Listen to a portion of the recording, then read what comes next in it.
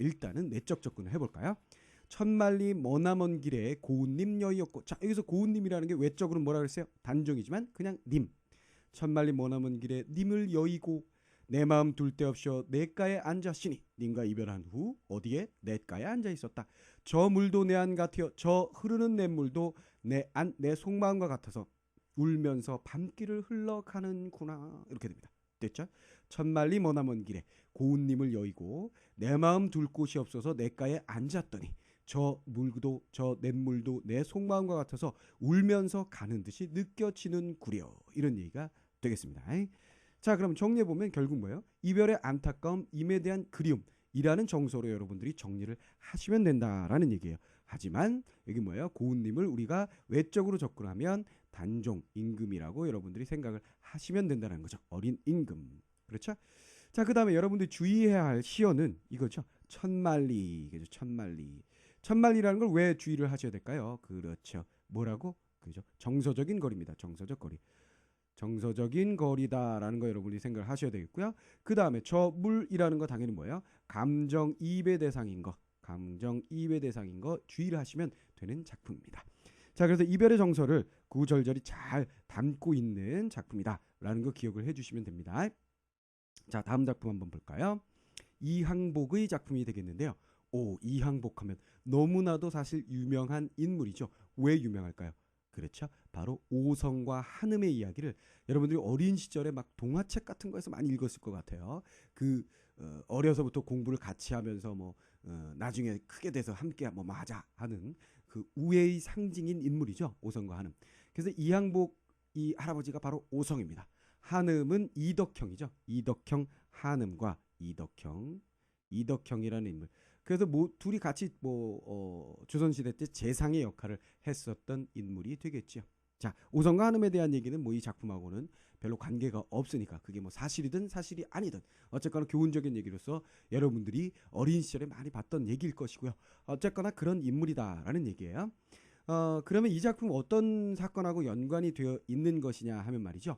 이항복이라는 인물이 당시에 인목대비의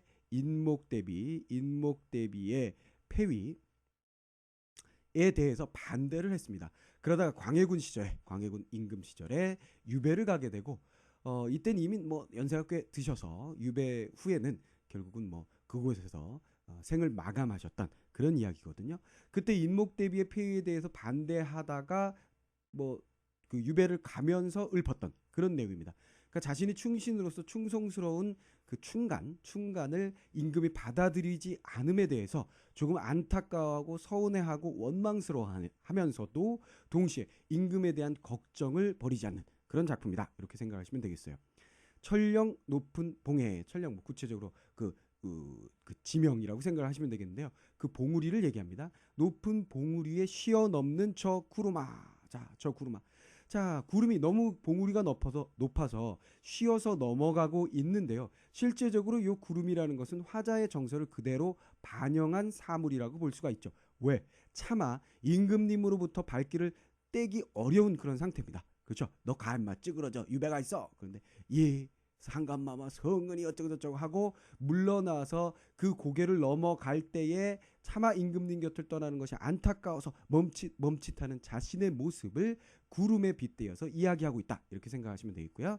고신의 원루랄. 자, 구체적으로 드러나는군요. 외로운 신하. 자, 뭐예요? 외롭다라고 얘기한 것은 자신의 뜻이 받아들여지지 않으면서 쫓겨나게 되잖아요. 그래서 외로운 신하라고 표현을 했겠죠. 원망의 눈물을, 원망의 정서가 그대로 드러나네요. 원망의 눈물을 비를 삼아 띄어다가 비를 통해서 그에게 전달합니다. 님 계신 구중심초에 뿌려본들 어떠리. 자, 자신의 원망의 마음을 비에 실어서 님에게 보낸다. 그렇다면 비라는 건 결국 뭐예요?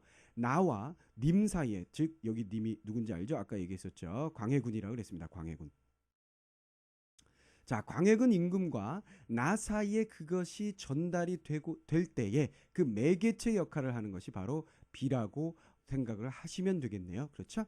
자, 천령이라는 높은 봉우리에 쉬어 넘어가는 저 구름아, 너 말이지 이 외로운 신하의 원망의 눈물을 비 삼아 띄어서 네가 싣고 가서, 구름이 네가 싣고 가서 님 계신 구중심처에 뿌려주면 어떻겠니? 이런 얘기죠. 즉 임금에 대한 나의 걱정, 임금에 대한 나의 서운함, 원망의 마음을 네가 대신 좀 전해줘. 이런 얘기가 되겠습니다. 자, 그럼 정리해보면 임금에 대한 충성스러운 마음과 동시에 그리움, 한편으로 원망의 마음을 그대로 전달한다. 근데 선생님이 원망이란 말을 여기다 뭐 적지 않은 이유는 유교적인 사회에서는 신하가 뭐 설령 뭐 임금으로부터 쫓겨난다 하더라도 그것은 모두 저의 탓이에요. 마치 송민곡에서 봤던 것처럼 이라고 스스로 받아들이고 스스로 반성하는 모습을 보여주어야만 했죠. 그래서 원망이 여기는 어느 정도 드러나 있지만 이런 그 충성이나 그리움의 정서가 더욱더 강할 것이다, 강했을 것이다 라고 추측을 하여서 원망을 그냥 선생님이 생략을 해 보았습니다. 그러나 있는 그대로 보면 원루라고 되어 있기 때문에 원망의 정서가 사실상 더 컸었겠죠. 자, 무슨 말인지 알겠죠? 자, 그래서 유배를 떠나면서 임금님을 걱정하고 임금님을 그리워하는 그런 내용을 담은 작품이었고요. 자, 또 역사상 우리나라 역사상 굉장히 중요한 사건 중에 하나였던, 그죠? 뭐예요? 청나라에 패배해서 굴욕을 당했던 그 시절의 내용을 담고 있는 작품인데요. 복림대군. 자, 복림대군 하면 여러분들이 또 잘 알 겁니다. 조선시대의 17대 왕으로서 효종 임금이죠. 병자호를 한 이후에 볼모로 끌려가서 중국에서 8년 동안 머물게 되죠. 그때 복수의 칼을 갈고 돌아오셔서는 북벌을 계획했습니다. 비밀리에 북벌을 계획했으나 뭐 어떤 신하의 찌질한 신하의 밀고에 의해서 잠깐 위기에 봉착되기도 했었죠. 그러니까 청나라는 잃어버린 거지. 복림이 대군 아저씨가요. 효종이 너희들 칠라 그래요. 나 좀 잘 봐주세요. 이런 싸가지 없는 녀석이 있어가지고 큰일 날 뻔했습니다만 뭐 그 여차여차해서 잘 넘어가고 계속해서 북벌을 계획했습니다만 청나라의 세력이 점점 더 커지게 되죠. 그래서 북벌의 꿈을 이루지 못하고 오히려 러시아와 전쟁에 나가서 도와줄 수밖에 없었던 그런 뭐 비운의 임금이라고 생각을 해보시면 되겠습니다. 자, 그래서 그런 유배지의 말하자면 뭐 유배지라고 볼 수도 있겠네요. 그렇죠? 볼모로 끌려가면서 그 심정을 구구절절한 심정을 잘 담은 작품입니다. 자, 볼까요? 청강에 비듣는 소리 기 무엇이 우욱한디. 자, 맑은 강물에 비 떨어지는 소리가 그 무엇이 우습길래 만상홍록이 휘두르며 웃는 거냐. 자, 무슨 말인지 알겠죠? 그러니까 강에 비가 막 내릴 때는요, 강물에 떨어진 빗소리가 후두두둑 들릴 것이라는 얘기예요. 그런데 산에 가득한 그 꽃들이나 그 풀들도 비에 맞아서 흔들리면서 소리를 낼 거라는 거예요. 그런 어떤 자연현상에 대해서 강물에 빗물 떨어지는 것 때문에 꽃과 나무 풀들이 비웃고 있다, 웃고 있다라고 해석을 하고 있는 겁니다. 무슨 말인지 알겠죠? 두어라, 그러지 마. 춘풍이 몇 날이리 울 대로 우어라. 자, 봄날이 몇 날이나 갈 것 같으냐. 자, 무슨 얘기예요? 봄날이 지나고 나면 어떻게 되는 거죠? 산에 있는 홍록들, 그렇죠? 붉은색을 띠고 있는 그 꽃들과 푸른색을 띠고 있는 나무들, 너희들도 모두 사라질 것 아니냐. 너희들 사라져 버릴 거다, 이런 얘기예요. 그죠? 그렇게 되면 너희들이 이 강에 비 떨어지는 소리 때문에 웃을 수도 없을 거야, 이 녀석들아. 이런 얘기예요. 있는 그대로 보면 내가 관찰한 자연현상 속에서 계절의 변화라든가 사물의 움직임, 소리 이런 것들을 재미있게 엮은 그런 작품이에요. 무슨 말인지 알겠죠? 있는 그대로 보면. 그죠? 있는 그대로 자연현상에 대한 뭐 감수성이 예민한 그런 시적 화자가 시적으로 풀이한 것이라고 보시면 되겠는데요. 사실 이 내용은 배경을 놓고 생각해 보면 큰 의미를 갖게 되는 거죠. 다른 의미를 갖게 됩니다. 자, 이렇게 놓고 보면 쉬워요. 청강이라고 하면 이걸 청나라로 보면 됩니다. 청나라. 그 다음에 비 듣는 소리, 우울한 소리죠. 안 좋은 상황이죠. 즉 볼모로 붙잡혀가는 상황으로 보시면 돼요. 그 다음에 만산홍록이라고 하면 이건 중국인들이 되겠고요. 청나라 사람들. 그 다음에 웃는 고야, 이건 뭐예요? 비웃음이죠. 비웃음이라고 해석을 하면 됩니다. 그 다음에 춘풍이 몇 날일 것이냐. 이 춘풍이라는 것은 청나라의 힘, 청나라의 세력이라고 이렇게 해석을 해버리면 이 작품이 무슨 의미인지, 복림대군이 어떤 마음이었을지가 명확하게 와닿죠. 볼까요? 청나라의 볼모로 끌려가는 것이 우습냐? 이 청나라 중국놈들아. 그래서 너희들 날 비웃고 있지. 화상들. 청나라의 세력, 그게 오래 갈 줄 아느냐? 이런 얘기죠. 그럼 그 오래 갈 줄 아느냐 하면서 내가 고국에 돌아가서 임금이 된다면 너희들 내가 다 작살낼게, 이런 얘기로 해석이 가능합니다. 무슨 말인지 이해됩니까? 자, 그래서 복림대군이 한스러운 마음을 어떻게 사물을 통해서 우회적으로 잘 드러내고 있는지를 여러분들이 잘 감상을 해 주시면 되는 작품이 되겠습니다. 자, 그래서 현실이 안타깝지만 변화될 때, 변화라는 건 어떤 변화예요? 그죠? 그들이 물러나게 되고 그들이 쇠약해질 때를 기다리면서 이를 가는 와신상담의 작품이라고 여러분들이 생각을 해 주시면 되겠습니다. 자, 그 다음 작품. 자, 51번째 작품은 이제 송시열, 김인우라고 선생님이 써놨는데요. 이거 뭐예요? 2인 작가입니까? 그것은 아니고요. 뭐 어떤 사람들은 송시열의 작품이라고 하기도 하고요. 어떤 사람들은 또 김인우의 작품이라고 하기도 하는 의견이 좀 분분한 작품이에요. 근데 뭐 이걸 우리가 결정하는 것은 이건 뭐 학자들의 몫이라고 생각을 해주시고 여러분들에게는 크게 중요하게 다가설 부분은 아니고요. 그냥 없애버리세요. 잘 모르겠습니다. 이렇게 생각을 하시고요. 작품 자체만을 여러분이 잘 해석을 하시면 됩니다. 그러니까 이 작품은 외적 배경을 굳이 생각하지 않아도 해석이 되고 쉽게 감상할 수 있는 작품이니까 큰 의미가 없습니다. 자, 들어가 볼까요?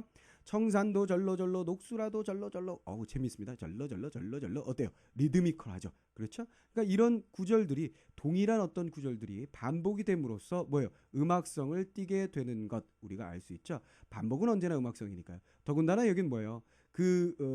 한 어절뿐만 아니라 여기 뭐죠?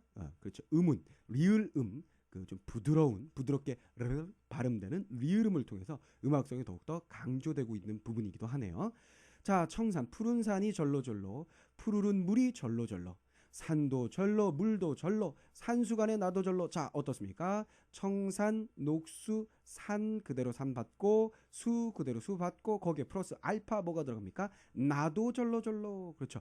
그러면 뭐예요? 자연이 절로절로, 나도 그 속에서 절로절로, 인간인 나도 그 속에서 절로절로. 이렇게 되는 거죠.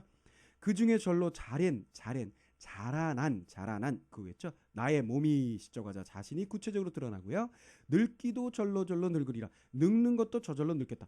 늙는다라는 것은 괴로운 일임에도 불구하고요. 여기서 뭐예요? 자연스럽게 받아들여지고 있습니다. 무슨 말인지 알겠죠? 자, 푸르른 산도 저절로, 푸르른 물도 저절로, 뭐예요? 산은 절로절로 푸르러지고 뭐 여러 색으로 물들기도 하고 하얗게 눈을 덮어쓰기도 하고 푸르른 물은 저절로 흐르기도 하고 이렇게 산과 물이 절로절로 흐르고 변화되는 속에서 나도 절로절로 자라나서 늙는 것도 절로절로 하리라. 뭐예요? 그대로 자연스러움을 받아들이겠다는 얘기입니다. 무슨 말인지 알겠죠? 자, 그럼 정리해보면 자연과 친화되면서 자연스러운 삶을 추구하는 그런 작품이라고 여러분들이 봐주시면 되겠습니다. 즉 자연스러운 우주의 원리, 자연의 원리를 있는 그대로 받아들이는 화자의 모습이 나타난 작품이다. 이렇게 해석을 하시면 되겠어요. 자, 그래서 뭐 쉽게 정리를 마치고요. 다음 작품 70번째 작품이네요. 황진이, 우리의 영원한 여류 신, 최고의 신 황진이의 작품입니다. 정산리 벽계수야. 이거 왜 시조창 할 때 많이 여러분들이 들어봤을 거예요. 정서 이거 있죠, 그죠? 정산리 벽계수야. 수위감을 자랑 마라. 쉽게 가는 것을 자랑하지 말아라. 일도창에 하면 한번 뭐예요? 한번 넓은 바다에 다다르게 되면 다시 오기 어려우니 다시 돌아오기 어려워. 명월이 만공산하니 밝은 달이 그 산에 가득하니 빈 산에 가득하니 수역 안 들었더리 쉬었다 가는 게 어떻겠냐. 자, 이건 뭐 크게는 그 중의적인 의미 때문에 크게 보면 두 가지 의미로 해석할 수 있겠는데요. 그러니까 이 벽계수를요, 그 왕족이었던 벽계수, 여인에게 절대로 넘어가지 않는다고 했던 벽계수로 볼 수 있어요. 그 벽계수가 어느 날 개성에 와서 왔다 갔다 합니다. 그때 황진이가 나가서 소복을 입고 시험을 하는 거죠. 이 노래를 불러요. 정성 이렇게 부르니까 벽계수가 그 노래에 빠져서 말에서 떨어졌다는 뭐 그런 얘기가 있는데요. 그건 뭐 일화일 뿐이고요. 사실인지 아닌지 모르겠고 어쨌거나 황진이와 벽계수가 함께 사랑을 나누었다라는 얘기가 있습니다. 그래서 벽계수를 꼬시기 위한 노래를 볼 수 있죠. 그러니까 벽계수 아저씨 여자한테 잘 안 넘어간다고요? 그렇게 당당하게 가는 거 자랑하지 마세요. 한번 떠나면요, 나를 다시 만날 수 없어요. 그 나가 누가 되는 거예요? 명월이가 되는 거겠죠. 그렇죠? 그래서 벽계수라는 인물, 그 다음에 명월이 화자 자신, 이렇게 해석을 해놓고 네가 여자에게 빠지지 않고 그렇게 간다는 거, 의연하게 살아간다는 거 너무 자랑스러워하지 말아라. 그렇게 나를 떠난다면 다시는 나와 어울릴 수 없을 텐데 잠깐 나랑 놀다 가지 않으련 이런 얘기로 해석을 할 수 있습니다. 그래서 벽계수와 명월이 중의적인 시어라고 볼 수 있게 되는 거고요. 그렇게 해석하지 않고 단순히 이런 있는 그대로 보아서 이렇게 해석할 수도 있죠. 청산리라는 것은 자연이죠. 자연의 영원함을 보여줍니다. 그렇죠? 영원함, 불변함이죠. 근데 흐르는 물은 어때요? 쉽게 가죠. 이게 바로 뭐예요? 한계죠, 한계.